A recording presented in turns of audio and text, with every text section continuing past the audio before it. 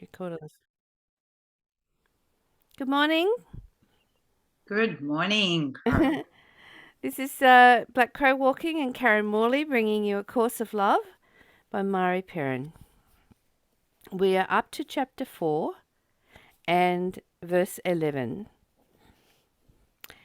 Your expectations of false perceptions of your brothers and sisters are what have caused you to believe that love can fail, be lost, withdrawn, or turned to hate. Your false perception of your father is what has caused all other perceptions to be false, including the one you hold of your own self. And they don't mean your own physical father there, they mean the Heavenly Father. Karen, would you read the next one? Because I have read it and I want to hear it. Sure. When you think of acting out of love, your thoughts of love are based on sentiment and must be challenged. Love is not being nice when you are feeling surly. Love is not doing good deeds of charity and service. Love is not throwing logic to the wind and acting in foolish ways that pass as gaiety but cannot masquerade as joy. You each have an image in your mind of someone you believe knows what love is. This is perhaps an elderly person who is always kind and gentle, with no cross word for anyone and no concern for his or her own self. This is perhaps a mother whose love is blind and self sacrificing. Still, others of you might imagine a couple long married in which each person is devoted to the other's happiness, or a father whose love is unconditional, or a priest or minister who guides unfailingly. For each or any one of these that you admire, you give attributes that you do not have and that you might one day acquire when the time is right. For that kind and gentle stance you do not believe will serve you now.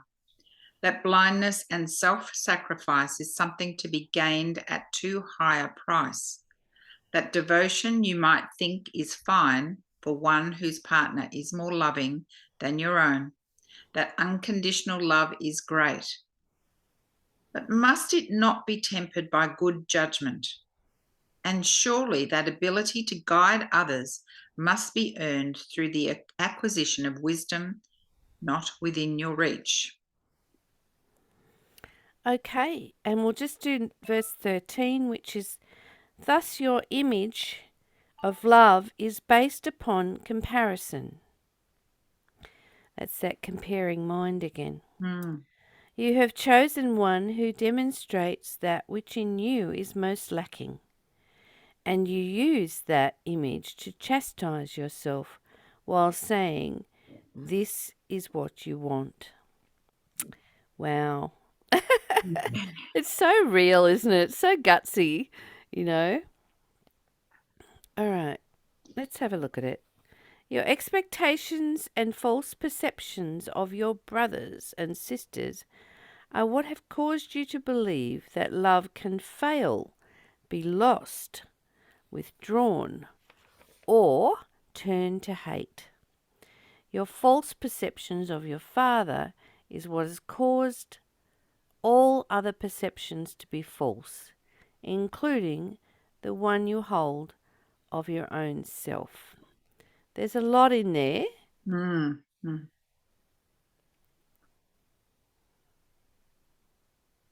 Our expectations of love, really, in others, is what we measure everything by. Our brain has taught us to do that, you know, and we've been conditioned as children, you know, like, you don't love me anymore, or do you love me? You know, those questions, because we're craving love. Well, my heart, I remember so many relationships when I wasn't loving myself, I would need to hear it from someone else. So, do you love me? You know? And they'd look at me and go, why are you even asking that? Of course I love you, you know? So there's it's about lack. It's about the perception of lack. It's about not being able to see the love that's there. Mm, mm. And for me, looking at that, it would be that my self-worth is based on my perception of whether what is outside of me is showing me love in the way that I think it should be shown. So it's all falseness, all illusions of my own that is really creating my own feeling about myself. It's not what others do or say, it's how I'm perceiving them and how I interpret that and in my own world. And that is the false illusion, is my interpretation. And there's kind of a retraining needed, because we're trained to think we know what love looks like. We're born into this world with a mother and father, and their love and their demonstration of love to us shows us or trains us to think that this is what love looks like. And it's not. It's absolutely not, because if they haven't had love in their lives, they're not going to know how to love you. And that was my life, that was my life. So I lived in a very much, right from the day I could stand on 2 feet, I played dress-ups. And those dress-ups, I was always the princess, always the princess. And I think for me, my fairy tale world was what I wanted to create to be my reality. And it was more real for me than my family life. It was more real for me than what was happening in my everyday life with anybody I came in contact with. So I created a world for myself that was more suitable to my expectations of love. And it's that word expectation that just, for me, rings alarm bells. Because when we have expectations in relationships, we're being cruel to the other person. Because that other person cannot ever meet our expectations. So expectations for me is one of the big alarm bells, because it's requiring another person to be who I expect them to be, who I want to create them to be. And when they aren't, boy, do I bring down judgment. Boy, do I bring down hate. Boy, do I bring down fear. All those things, because I've been trained to do that. And it's, Karen, when we first started this book, I had this little catchphrase, and that catchphrase has really changed the way I see things. And what it is this is what love looks like. And I put that on everything, rather than asking, is this what love looks like? Because my ego would say no every single time. Every single time. So I had to recondition myself and say, this is what love looks like. And stop looking through the eyes of expectations. Yeah. I like that about this is what love looks like. Yeah, this is what love looks like every day. It's an acceptance of what is. Yeah. What has caused you to believe that love can fail, be lost, withdrawn, and turn to hate? Your false perceptions of God, all right? Your false perceptions of love.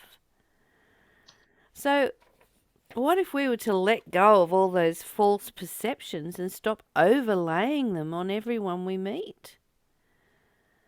And then come back to stopping overlaying them on ourselves. Mm.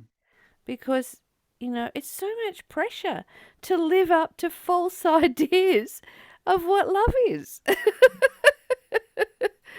you know? It's like a cloud, again, a cloud that's we've overlaid over the top. So we don't actually see the beautiful reality of another person or ourselves. We're missing that opportunity because this is what we're placing there instead. And yeah, that's sad to It think we're is missing sad. out on that opportunity. Yeah. Really relate. And I used the word cruel before because I really feel that.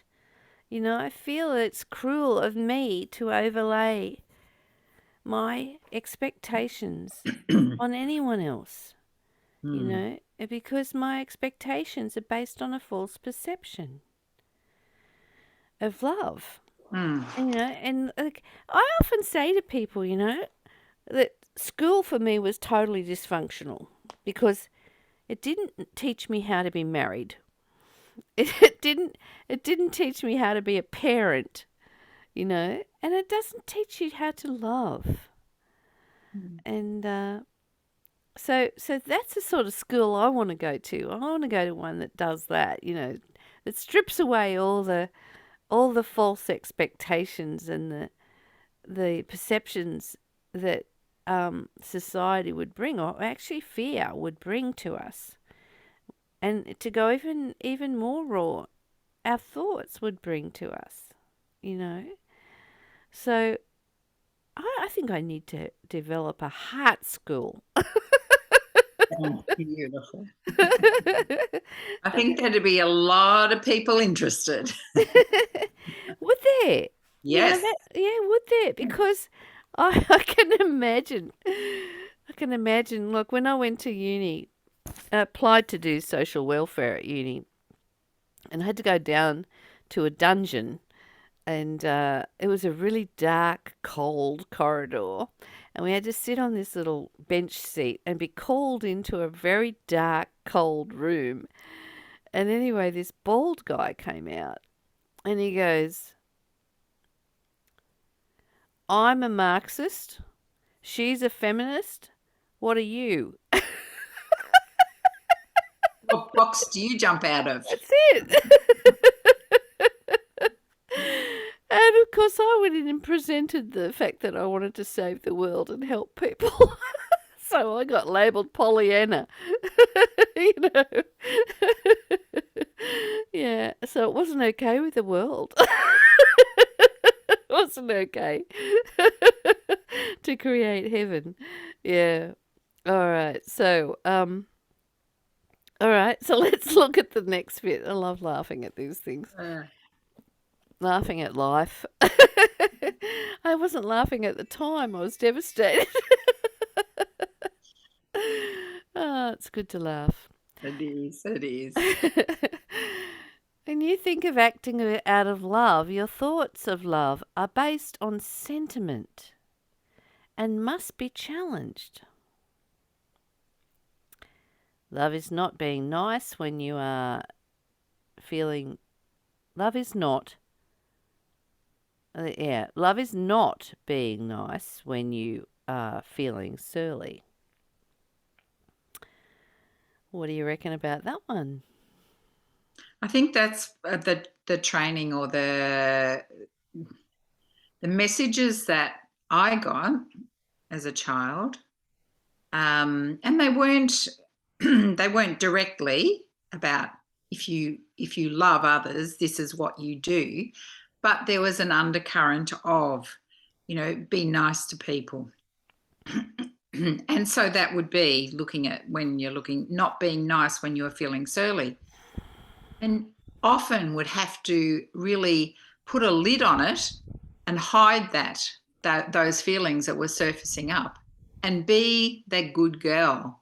Mm-hmm. Be the good girl and operate in that way, that not necessarily was thought of as love, but I think there was an undercurrent. This is how you act in this world. And so and also about being charitable and being of service, that certainly was in there from my upbringing. In the church was, you do good deeds. And that's always been in the back of my head. If you do good deeds, that shows that you do love. That wasn't explicitly taught, but I'm showing love by doing this.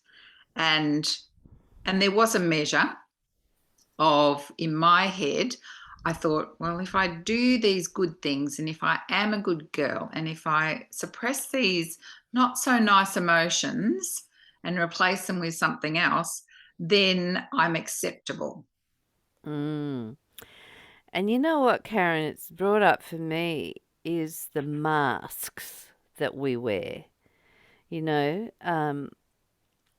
was a point in my life where I had someone that meant so much to me, and I could never get behind the mask that was presented, because every time I got behind the first mask, there was another mask there. And they were layered upon layered upon layered upon layered. So I never got to see the real person. And that hurt me as a child more than anything. And I guess we were trained not to share our feelings. When you're feeling surly, you put a mask on. And for most of us, it is, well, for most of the female generation, it is be a good girl, And I suffer from the good girl syndrome even today. If I do something to hurt someone or something happens in my, I take total responsibility for it, and I feel really bad. Like my house flooded last year, and the washing machine flooded, and I rent. So I felt so bad that I'd done this to this person's house, and I hadn't actually done it. The washing machine did it, but I took on the responsibility of it. And because of the good girl, I haven't been a good girl. I haven't been diligent with the washing machine, and it really knocked me about, So, yeah, I think for me the mask thing is huge, And sometimes we put up masks because we're not safe. And I remember a stage in my life where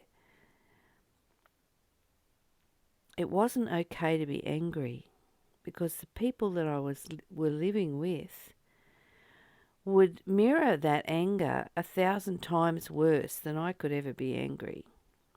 So I learned to be very happy all the time.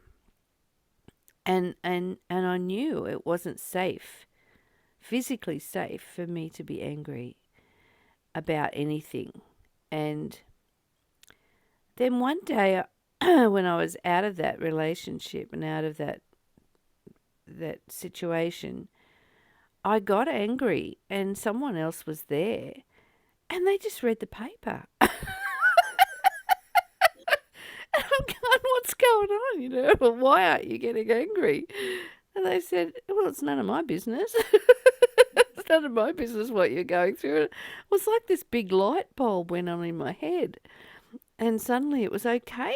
Is it okay for me to feel anger? And this course is not about our thoughts, but it is telling us, totally showing us that our training in this world has been false perception. And the book is asking us, love is asking us, to feel into. And so if you're going to feel into, that means if anger arises or surly arises in you, feel into it. Don't roll around in the story. The story's got nothing to do with it. Feel into your feelings till you really understand them, till you really have felt them to their depth. And sometimes there's a feeling there, but beneath that feeling there's a whole lot of other feelings. And when we're willing to feel into and sit in our heart with that feeling, it just disappears. It goes. It's just a signal, and it shows us that there's something in our life we need to have a good look at.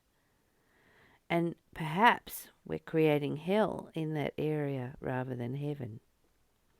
Perhaps we need to bring love in, true love that has no expectations and doesn't have false perceptions, so that we can return to this heaven that we are actually in the truth of.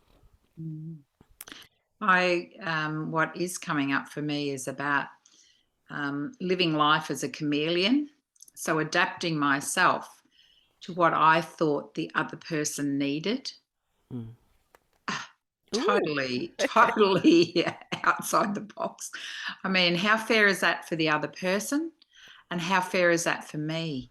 Mm. So, and driven out of, I believe, underlying all of that is fear of being accepted. Am I going to be accepted for who I am? Mm. And then living like that for so many years, there's a loss of identity of who am I? Mm. Mm. Yeah. I'm this creation of all these different masks, as you say too. So this has come at a really wonderful time for me of just coming back to self and who I've been created to be. So this is wonderful. Oh, good. And love is not doing good deeds of charity and service. Well, we fit into that category, don't we, Karen? Yes. Good deeds of charity. Both Karen and I have been nurses in our lifetime, and Karen's still a nurse. And I also did the Meals on Wheels thing for a long time. I've worked in op shops as a charity worker. I've done counselling. And yeah, I kind of think love is not doing good deeds of charity and service. And how often have I said I'm doing this for service to mankind? And I still believe that. I still believe that everything I do is service to mankind. So it's telling me that that's not love is, Karen. That's a huge challenge. That is. And what's coming up is that I have found it very difficult to ask for exchange for what I'm providing, because it needs to be given. So not asking for money for my services, really not valuing what I do offer and provide. And so it does become a charity. And that creeps in as well. So it's not valuing myself. Okay. So love is not. I'm glad it's telling us what it's not. Let's find out what it is.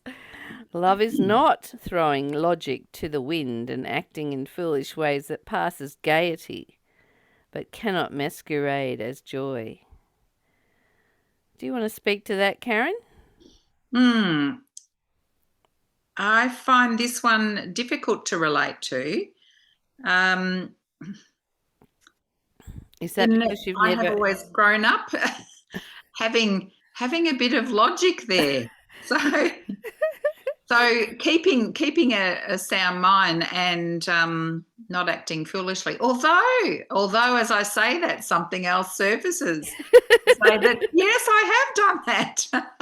Okay. So that's funny. The logic, the ego creeps in at first and goes, "Oh no, I don't do that." Oh no. The reality then surfaces. Oh yes, you do. Uh-huh. And that's the group mentality too sometimes, is let's go and do this, and it's like you do throw your good girl in the basket, throw the one that's doing service to mankind in the basket, and you do something you'd never do because the group is doing it, and you're doing it because you want to have incredible fun, and yet it's not fun. No. It's not fun, and that's that's the world of drug addicts and alcohol and all that sort of thing, throwing the logic to the and getting plastered, um, thinking that you're going out to have a good night. Yeah, yeah.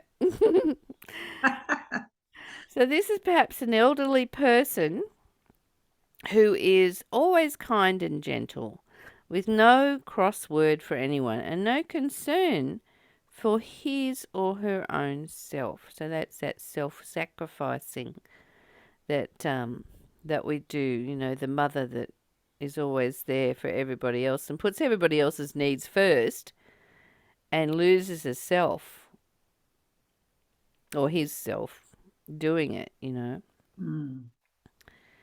This is perhaps a mother whose love is blind and self-sacrificing. Oh, okay. I just said that, didn't I? You did.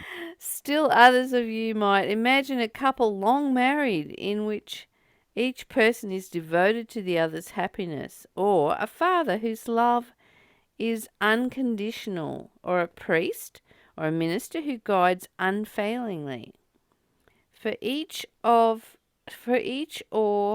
any one of these that you admire, you give attributes that you do not have.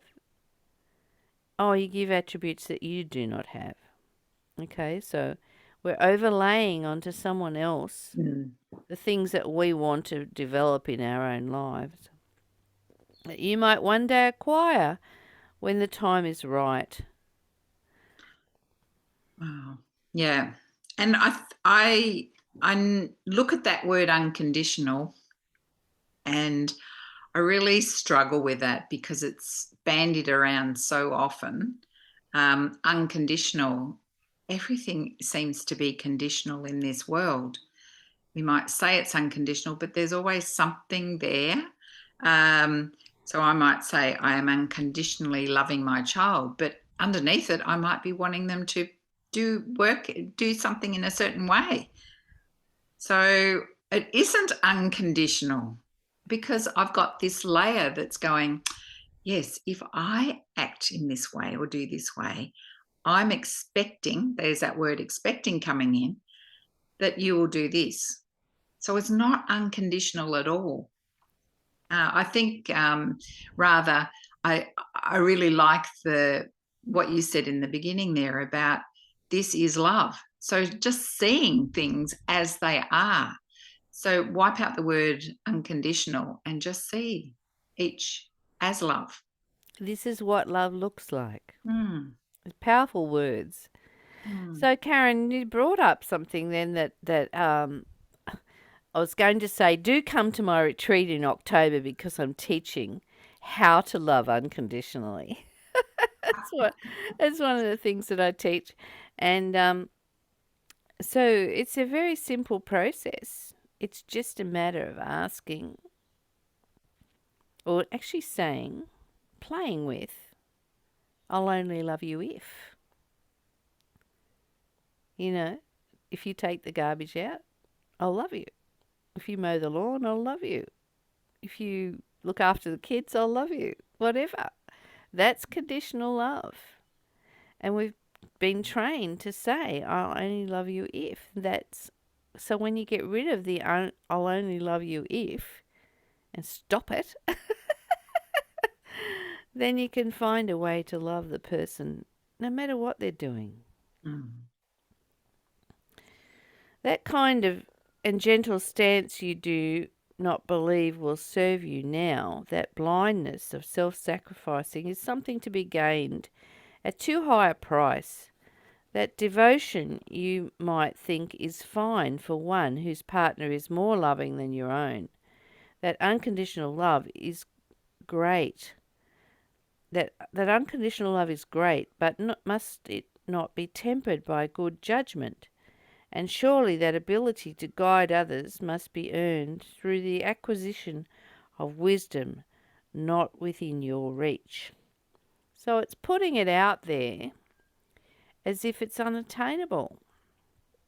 And yet it's so easy when we let go of comparing mind, when we let go of the expectations, when we let go of fear of not being loved. because it's the fear of not being loved that sets us into labeling and judging and comparing and wanting what we ourselves are not giving it ourselves.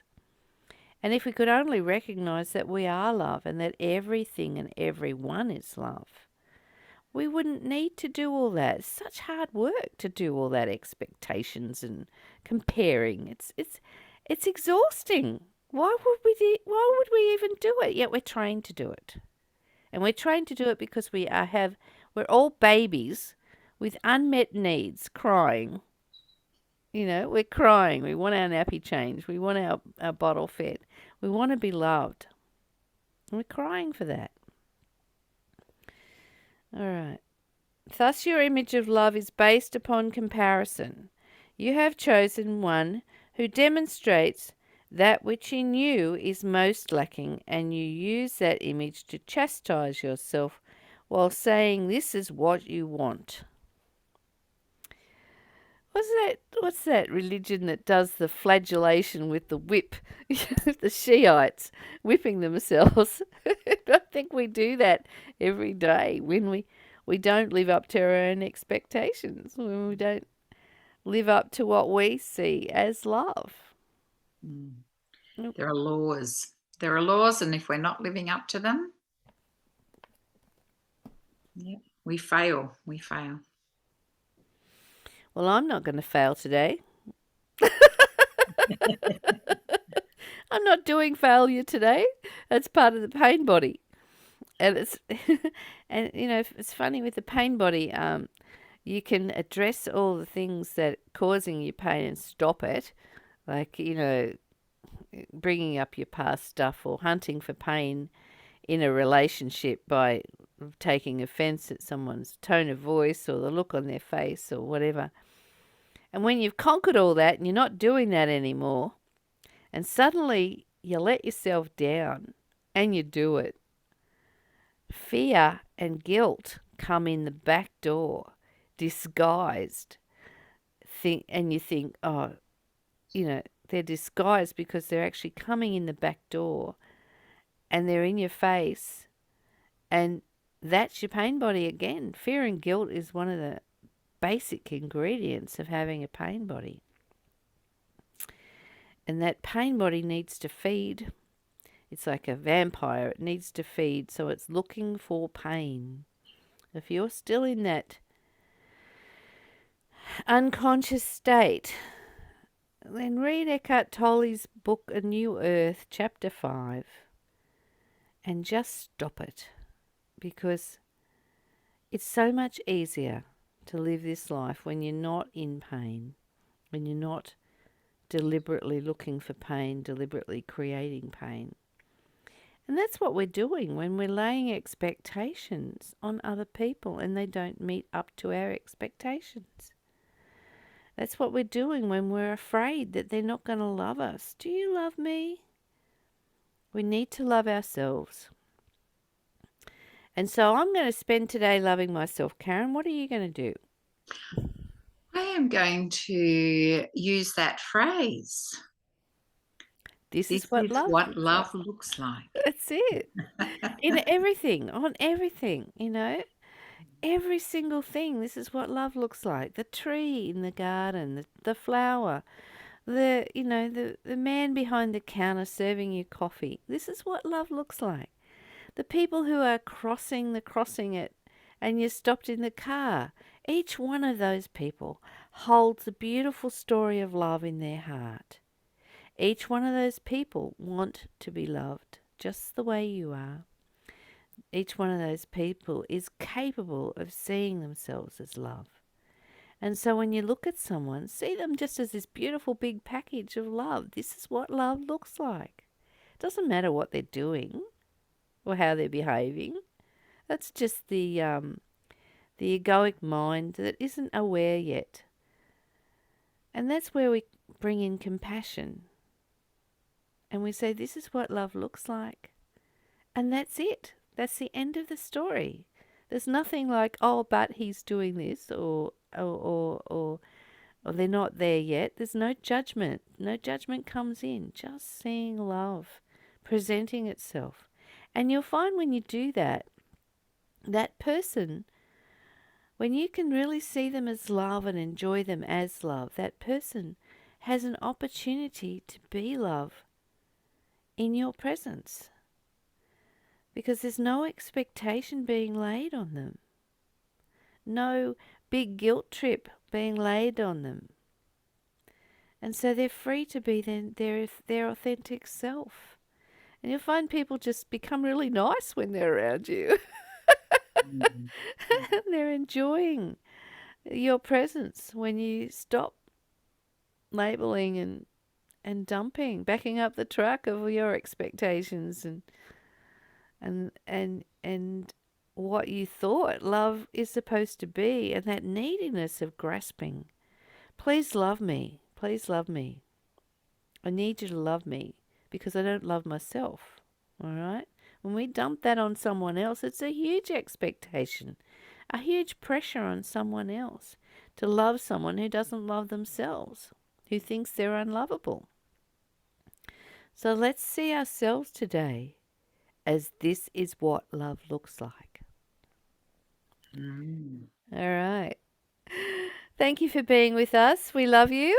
And until we meet again tomorrow, may you be loved. Bye for now.